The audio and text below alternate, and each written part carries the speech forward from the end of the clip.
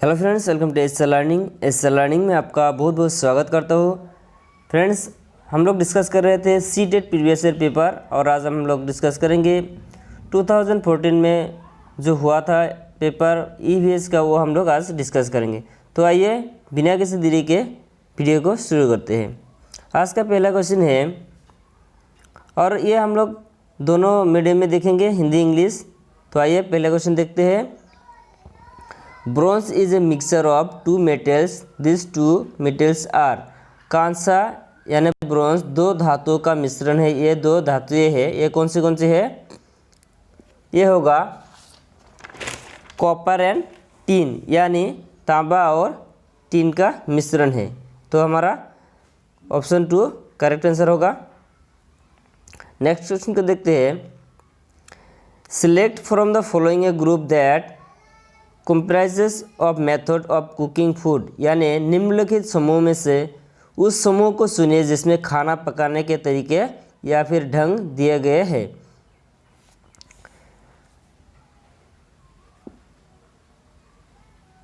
तो इसका correct answer होगा ऑप्शन 4, यानी बेकिंग, फ्राइंग एंड रोस्टिंग, सेंक कर, तलकर और भूनकर। तो ये हो गया हमारा दूसरा क्वेश्चन। नेक्स्ट क्वेश्चन देखते हैं। Select the correct statement about the mount Everest, यानी माउंट एवरेस्ट के बारे में सही कथन सुनिए।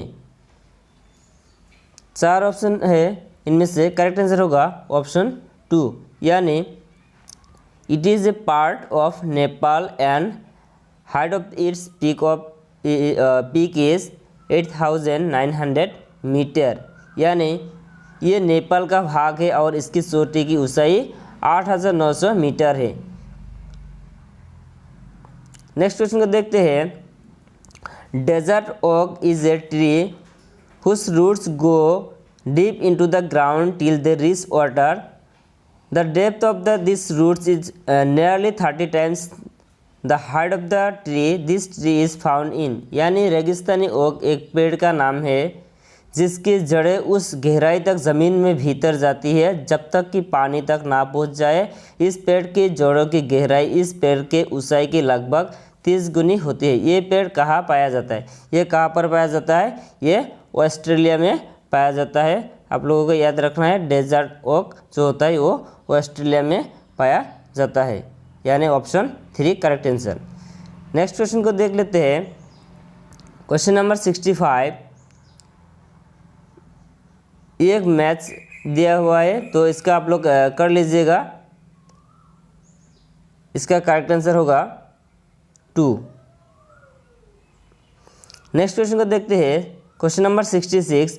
Which is the best period for the people of Bihar state to start beekeeping, यानी बिहार राज्य के लोगों के लिए मधुमक्खी पालन शुरू करने की सबसे अच्छी अवधि कौन सी होती है? ये होती है अक्टूबर टू दिसंबर, यानी अक्टूबर से दिसंबर।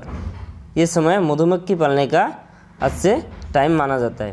तो नेक्स्ट क्वेश्चन को देख लेते हैं। Select the correct statements about the khejri tree, यानी खिजड़ी वृक्ष के बारे में सही कथनों को सुनिए। इसका करेक्ट आंसर होगा ऑप्शन नंबर 1, यानी ए, बी और C. This tree is mainly found in desert areas. Its growth without much water. It is a shady tree and children like to play in its shade, यानी ये वृक्ष मुख्यतः रेगिस्तानी क्षेत्रों में पाया जाता है। इसे अधिक जल की आवश्यकता नहीं होती है। ये ज़्यादातर वृक्ष है जिसकी छाया में बच्चे खेलना पसंद करते हैं। ये ऑप्शन ए करेक्ट आंसर होगा। तो नेक्स्ट क्वेश्चन को देखते हैं। Which one of the following statement is correct about the elephant, यानी हाथियों के विषय में नीचे दिए गया कौन सा कथन सही है? तो इसका करेक्ट आंसर होगा ऑप्शन नंबर 2, यानी ये 3 months old baby elephant generally weight about the 2 quintals, यानी 3 महीने के हाथी के बच्चे का भार सामान्यतः लगभग 2 क्विंटल होता है। इसका करेक्ट आंसर है ऑप्शन 2। नेक्स्ट क्वेश्चन को देखते हैं। Read the following paragraph written by a student about his house in a village, यानी नीचे दिए गए पैराग्राफ पढ़िए जिसे गांव के एक छात्र ने अपने घर के विषय में लिखा है। I have come from a village, it rains heavily at our place, hence our houses are made almost 10 to 12 feet above the ground. They are made on bamboo pillars. The inner sides of our houses are also made wood. यानी मैं गांव से आया हूँ, हमारे गांव में अत्यधिक वर्षा होती है, इसलिए हमारे घर धरती से लगभग 10 से 12 फुट ऊंचे बने होते हैं। इन्हें मजबूत बांस के खंभों पर बनाया जाता है। ये घर अंदर से भी लकड़ी के बने होते हैं। ये गांव होना चाहिए। ये गांव कहाँ की है? ये असम की है, असम में होता है इस तरह से घर। नेक्स्ट क्वेश्चन को देखते हैं। In Braille script rows of raised dots are made on a thick paper, this script is based on, यानी ब्रेल लिपि मोटे कागज़ पर उभरे हुए बिंदु बने होते हैं। ये लिपि आधारित होती है। ये कितने बिंदु पर? या ये 6 बिंदु पर, यानी 6 पॉइंट पर बने होते हैं या आधारित होते हैं। नेक्स्ट क्वेश्चन को देखते हैं। Question number 71। Which one of the following birds can rotate its neck backwards to a large extent? यानी निम्नलिखित पक्षियों में से कौन काफ़ी हद तक अपनी गर्दन को पीछे तक घुमा सकते हैं? इसका करेक्ट आंसर होगा ऑप्शन नंबर 2 आउल, यानी उल्लू। नेक्स्ट क्वेश्चन को देख लेते हैं। इन which of the following parts of our country do people grow staples such as tapioca and coconut in their courtyards and they find food prepared using this to be very tasty? हमारे देश के नीचे दिए गए किस भाग में खाने की चीज़ें जैसे टोपियोका और नारियल को लोग अपने घर के आंगन में ही उगाते हैं और उन्हें इनसे बने खाने का स्वाद बहुत अच्छा लगता है? ये कहाँ पर मिलते हैं? ये केरल में मिलते हैं, टोपियोका और कोकोनट। नेक्स्ट क्वेश्चन को देख लेते हैं। A doctor prescribe some medicine to a patient and also suggested him to eat jaggery, amla and more green leafy vegetables. This patient must be suffering from. कोई डॉक्टर एक मरीज को खाने के लिए कुछ दवाइयाँ लिखता है और साथ ही गुड़, आंवला और हरी पत्तेदार सब्जियां जरूर खाने का सुझाव देता है। यह मरीज किस रोग से पीड़ित होना चाहिए? ये हुआ है एनीमिया, यानी एनीमिया। ऑप्शन 4 करेक्ट आंसर होगा। नेक्स्ट क्वेश्चन को देख लेते हैं। Some birds can see 4 times as far as we can see. These birds are। कुछ पक्षी हमारी तुलना में 4 गुनी अधिक दूरी तक देख सकते हैं। ये पक्षी है, ये कौन सी पक्षी होता है?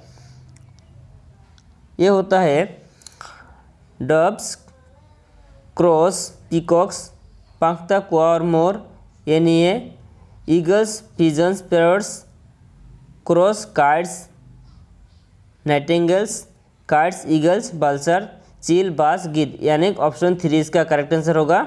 काइट्स, ईगल्स, बल्सर्स, चील, बाज और गिद्ध हमारे से क्या 4 गुना ज़्यादा देख सकते हैं। नेक्स्ट क्वेश्चन को देख लेते हैं। Question number 75। With respect to the location of Delhi on the map of India, the capital of Himachal Pradesh and the capital of Madhya Pradesh are located respectively in its. Bharat के मानचित्र में दिल्ली की स्थिति एक सापेक्ष हिमाचल प्रदेश की राजधानी और मध्य प्रदेश की राजधानी क्रमशः स्थित है दिल्ली के। इसका करेक्ट आंसर होगा ऑप्शन नंबर 3, यानी नॉर्थ एंड साउथ, यानी उत्तर और दक्षिण में। नेक्स्ट क्वेश्चन को देख लेते हैं। The abbreviation EVS stands for. EVS संक्षेपण देश अर्थ में प्रयुक्त होता है। यह किस में प्रयुक्त होता है? यह प्रयुक्त होता है एनवायरमेंटल स्टडीज़ में, यानी ऑप्शन 4 इसका करेक्ट आंसर है। नेक्स्ट क्वेश्चन को देख लेते हैं। Which one of the following is not an object of teaching of EVS at primary stage? निम्नलिखित में से कौन सा प्राथमिक स्तर पर पर्यावरण अध्ययन के शिक्षण का उद्देश्य नहीं है? पूछा। इसका करेक्ट आंसर होगा option number 2, teacher must ensure perfect discipline in the classroom, यानी शिक्षक कक्ष में कड़े अनुशासन का सुनिश्चित करें। इसका ये करेक्ट आंसर होगा। नेक्स्ट क्वेश्चन का देख लेते हैं। Question number 78, answer frequently asked probing and the imaginative questions in her class 5 EVS class. By doing so she aims at improving, यानी आसल अपनी कक्षा पास में पर्यावरण अध्ययन की कक्षा में अक्सर गहन जांच पड़ताल वाले और कल्पना परक प्रश्न पूछती है। उसके द्वारा इस प्रकार करने का उद्देश्य देश सुधार करना है। क्या सुधार करना है? इसका करेक्ट आंसर होगा ऑप्शन नंबर 3, यानी थिंकिंग स्किल, चिंतन कौशलों में सुधार करना है। नेक्स्ट क्वेश्चन को देख लेते हैं। While teaching the topic on our friends birds to class 3 students, Nalini followed the following methodologies, showing a documentary film on birds, using a chart having pictures of different birds and explaining briefly, taking the students to the nearby park and asking them to observe the birds carefully. Nalini is using different approaches of the learning in order to, यानी कक्षा 3 के शिक्षार्थी को हमारे दोस्त पक्षी प्रकरण पढ़ाते समय नलिनी नीचे दिए गई पद्धति का प्रयोग करती है। क, पक्षियों पर आधारित वृत्त चित्र दिखाना।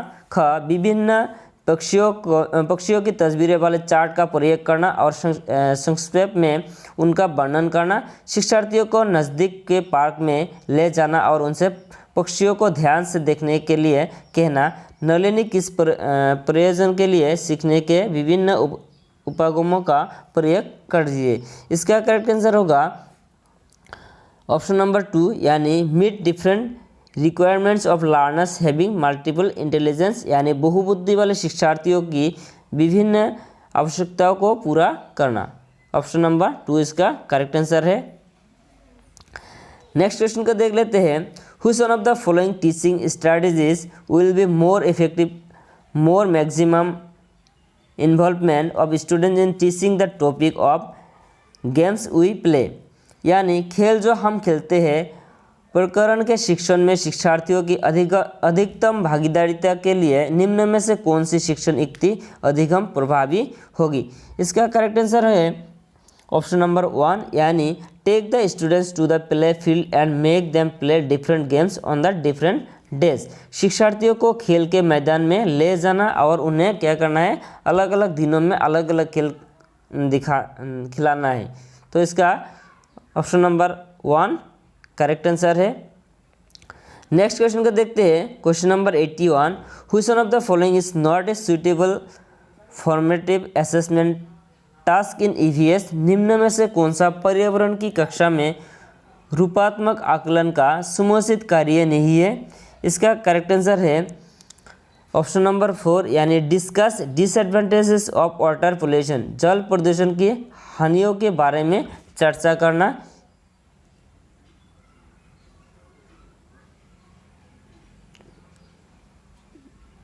नेक्स्ट क्वेश्चन,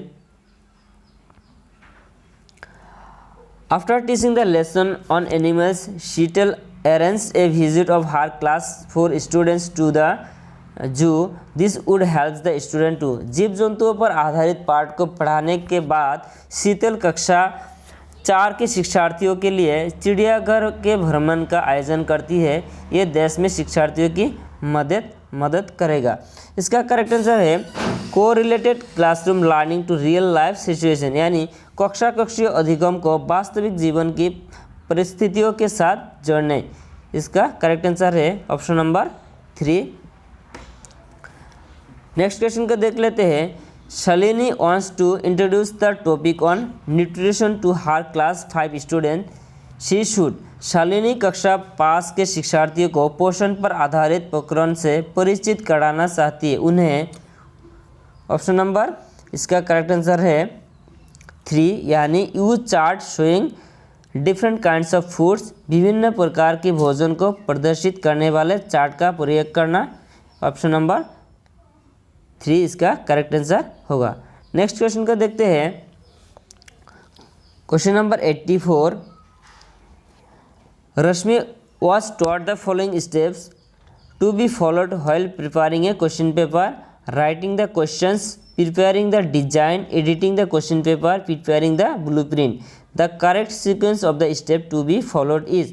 रश्मि को ये सिखाया जाता है कि वो प्रश्न पत्र बनाते समय निम्न चरणों यानी क्रम में नहीं है का अनुपालन करें। प्रश्न लिखना, रूपरेखा, डिजाइन तैयार करना, प्रश्न पत्र का संपादन करना, ब्लूप्रिंट तैयार करना। अनुपालन किए जाने वाले चरणों का सही क्रम कौन सा है? इसका सही क्रम होगा ऑप्शन नंबर 2 यानी प्रिपेयरिंग द डिजाइन, ये पहला आएगा। उसके बाद प्रिपेयरिंग द ब्लूप्रिंट 2 नंबर में आएगा। उसके बाद राइटिंग द क्वेश्चंस, उसके बाद आएगा writing the question paper. Next question को देखते हैं। Harpreet wants to suggest to her student as to how an individual can contribute in the best possible way towards environmental protection. Her best suggestion would be, यानी हरप्रीत अपने शिक्षार्थियों को यह सुझाव देना चाहती है कि पर्यावरण संरक्षण के लिए किस प्रकार का व्यक्ति सबसे अच्छे संभावित तरीके से अपना योगदान दे सकता है। उनका सबसे बेहतर सुझाव हो सकता है। इसका करेक्ट आंसर कौन सा होना चाहिए? Option number 1 use public transport system for travelling, यानी आने जाने के लिए सार्वजनिक साधनों का प्रयोग करना। इसका करेक्ट आंसर होगा ऑप्शन नंबर 1। नेक्स्ट क्वेश्चन को देखते हैं। Out of the following the most effective way to arouse curiosity in class 5 student is to, यानी कक्षा 5 के शिक्षार्थियों में जिज्ञासा जागृत करने का निम्न में से सबसे प्रभावी तरीका कौन सा है? इसका करेक्ट आंसर है ask probing and imaginative question, यानी गहन जांच परक और कल्पना परक प्रश्न पूछना, यानी ऑप्शन नंबर 4 इसका करेक्ट आंसर है। नेक्स्ट क्वेश्चन को देखते हैं। Asking the questions how will our life gets affected if there were no electricity for a month aims at, यदि एक महीने के लिए बिजली ना हो तो हमारा जीवन किस प्रकार प्रभावित होगा? इस प्रश्न को पूछने का उद्देश्य है, इसका करेक्ट आंसर है promoting imaginative and thinking skill of students, यानी शिक्षार्थियों के कल्पनापरक और चिंतनपरक कौशलों का विकास करना। ऑप्शन नंबर 3 इसका करेक्ट आंसर है। नेक्स्ट क्वेश्चन को देख लेते हैं। The section on survey and write in some chapters of EVS textbooks for class 5 primarily aims at, कक्षा 5 की पर्यावरण अध्ययन की पाठ्यपुस्तक के एक पाठ में सर्वेक्षण और लेखन पर एक भाग का मुख्य उद्देश्य है। इसका क्या मुख्य उद्देश्य है? इसका मुख्य उद्देश्य है help providing opportunity to students explore and learn, यानी शिक्षार्थियों को अवसर उपलब्ध कराना कि वे चीज़ों को खोजे और सीखे, यानी इसका करेक्ट आंसर है ऑप्शन नंबर 2। नेक्स्ट क्वेश्चन को देखते हैं। Question number 89। Gunjan organises the following activities on the different days to sensitise students to the concept of conservation of the trees, यानी वृक्ष संरक्षण की अवधारणा के बारे में शिक्षार्थियों को संवेदनशील बनाने के लिए गुंजन निम्नलिखित क्रियाकलापों का आयोजन करती है। encouraging every student to adopt a tree and look after it, organizing a debate on forest conservation, organizing a poster making competition on trees, showing children stores of logs of wood. Which one of the above activities will be least effective in achieving the desired objectives? यानी वृक्ष संरक्षण की अवधारणा के बारे में शिक्षार्थियों को संवेदनशील बनाने के लिए गुंजन निम्नलिखित क्रियाकलापों का आयोजन करती है। प्रत्येक शिक्षार्थी को इस बात के लिए प्रोत्साहित करना कि वे एक वृक्ष को अपनाएं और आपकी देखभाल करें। वन संरक्षण पर वाद विवाद प्रतियोगिता का आयोजन करना, वृक्षों पर आधारित पोस्टर निर्माण संबंधी प्रतियोगिता का आयोजन करना, शिक्षार्थियों को कटी लकड़ियों के भंडार दिखाना, वंचित उद्देश्य को प्राप्त करने में ऊपर दी गई गतिविधियों से कौन सी सबसे कम प्रभावी होगी? इसका करेक्ट आंसर है option number D. Option number D इसका कम प्रभावी होगी। शिक्षार्थियों को कटी लकड़ियों को भंडार दिखाना ये थोड़ा कम उपयोगी होगी। तो नेक्स्ट क्वेश्चन को देख लेते हैं आज के लिए last. After having taught the lesson what if it finishes to class 5 students, Sheela administered a test to know the level of understanding of student about the topic. To her surprise, she observed that large number of students had not understood the related concept. This could be mainly due to the reason that, यानी कक्षा 5 के शिक्षार्थियों को यदि यह समाप्त हो जाए पाठ पढ़ाने के बाद शीला प्रकरण के बारे में शिक्षार्थियों की समझ के स्तर के बारे में जानने के लिए एक परीक्षण प्रशासित करता है, उसे यह जानकर आश्चर्य होता है कि एक बड़ी संख्या में शिक्षार्थी संबंधित अवधारणा को नहीं समझ पाए। इसका प्रमुख कारण हो सकता है, इसका प्रमुख कारण कौन सा हो सकता है? She did not use the correct methodology to teach the topic, यानी उसने प्रकरण को पढ़ाने के लिए सही पद्धति का प्रयोग नहीं किया था। इसका ऑप्शन नंबर 1 करेक्ट आंसर होगा। सो इतना ही हम लोग 2014 का ईवीएस पेपर आज डिस्कस किया। वीडियो का अगर अच्छा लगा तो लाइक कीजिए, कमेंट कीजिए और चैनल पे नए हैं तो सब्सक्राइब करना ना भूलें। और कोई भी डाउट हो, किसी भी जानकारी है और किसी भी टॉपिक के रिलेटेड अगर क्वेश्चन पूछना है तो आप लोग कमेंट बॉक्स में पूछ सकते हैं। वीडियो को देखने के लिए धन्यवाद।